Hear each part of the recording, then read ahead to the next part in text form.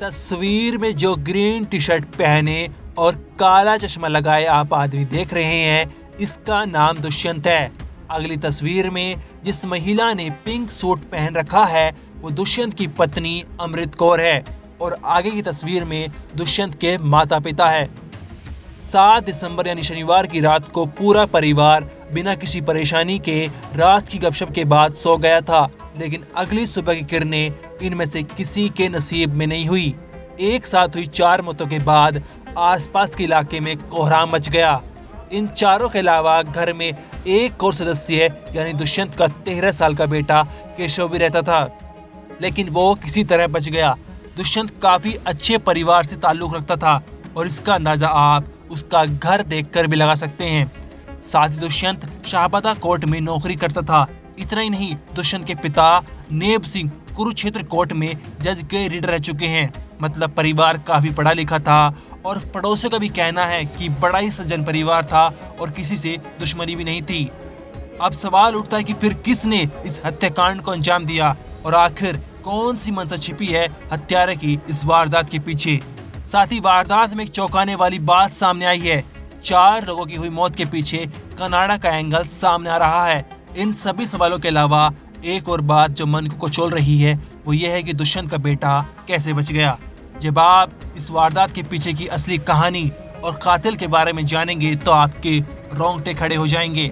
ये पूरा मामला हरियाणा के कुरुक्षेत्र का है।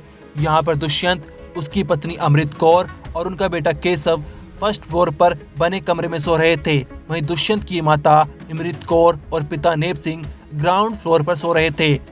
रविवार यानी 8 दिसंबर को काफी देर हो गई थी, लेकिन इनके घर से कोई बाहर नहीं निकला।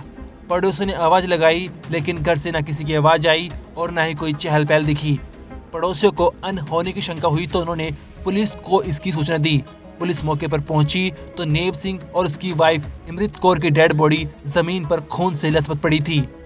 नेब सिंह का गला धारदार हथियार से कटा हुआ था और उसकी पत्नी को गला घोटकर मारा गया था।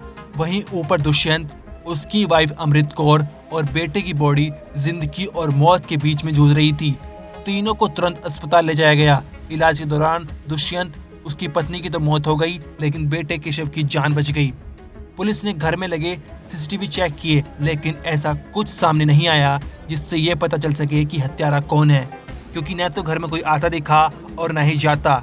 इसके बाद पुलिस को घर में एक नोट मिलता है।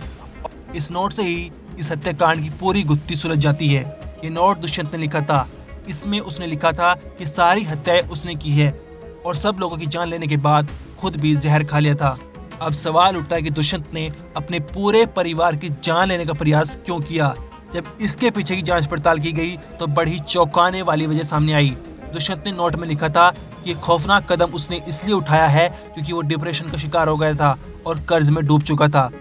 दरअसल दुष्यंत का एक रिश्तेदार कनाडा में रहता है। दुष्यंत ने उससे मिलकर कुछ लोगों को विदेश भेजने की फाइल लगाई थी। इसके लिए दुष्यंत ने लोगों को कनाडा भेजने के लिए उनसे लाखों रुपए लिए थे और ये रकम उसने कनाडा में बैठे विक्रम को दी थी। विक्रम ने पैसे तो ले लिए थे, लेकिन वो काम नहीं कर रहा था, जिसके कारण भारत में जिन लोगों से दुष्यंत ने लाखों रुपए लिए थे वो दुष्यंत को परेशान कर रहे थे। लोग रोज दुष्यंत से अपडेट मांगते थे, लेकिन उसके पास कोई जवाब नहीं होता था। दुष्यंत ने विक्रम से पैसे वापस भी मांगे कि काम नहीं हो रहा तो पैसे लौटा दो, लेकिन विक्रम ने पैसे देने को भी मना कर दिए, जिसके चलते दुष्यंत काफी परेशान हो चुका था और उसने ये दर्दनाक और खौफनाक कदम उठाया। दुष्यंत, उसकी पत्नी और माता पिता की तो मौत हो गई है, लेकिन केशव अभी जिंदा है और उसका इलाज चल रहा है। अब सवाल उठता है कि 13 साल के बेटे की परवरिश कौन करेगा, कौन इसकी देखभाल करेगा। हालांकि पुलिस इस केस में आगे की कार्रवाई कर रही है। ब्यूरो रिपोर्ट, क्राइम तक।